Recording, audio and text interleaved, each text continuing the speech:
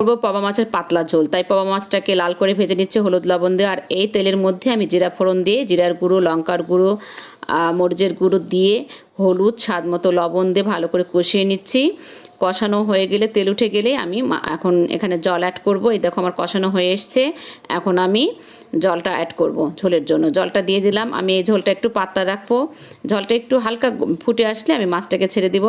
মাছটা ছাড়ে দিয়েছি। মাছটা ছাড়ানোর পর এখন ঝোলটাকে আরেকটু ফুটে নিব। এই দেখো আমার ঝোলটা দেওয়া হয়ে গেছে। এই ঝোলটা আমি এরকমই রাখবো, খুব একটা ঘন করবো না, একটু পাতলা পাতলায় রাখবো।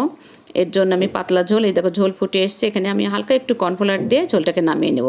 আমার ঝোল রান্নাটা প্রায় কমপ্লিট হয়ে এসছে।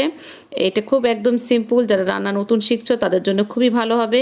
খুব একটা খাটনির কিছু নেই, সবজি কোনো রকম ভাজতে হবে না, অ্যাড করতে হবে না। তোমরা বাসায় ট্রাই করে দেখতে পারো। তোমাদের যদি ভালো লাগে থাকে অবশ্যই আমাকে লাইক, কমেন্ট, শেয়ার করে আমার চ্যানেলটিকে সাবস্ক্রাইব করবো। এই দেখো আমার তরকারিটার ফাইনাল লুক।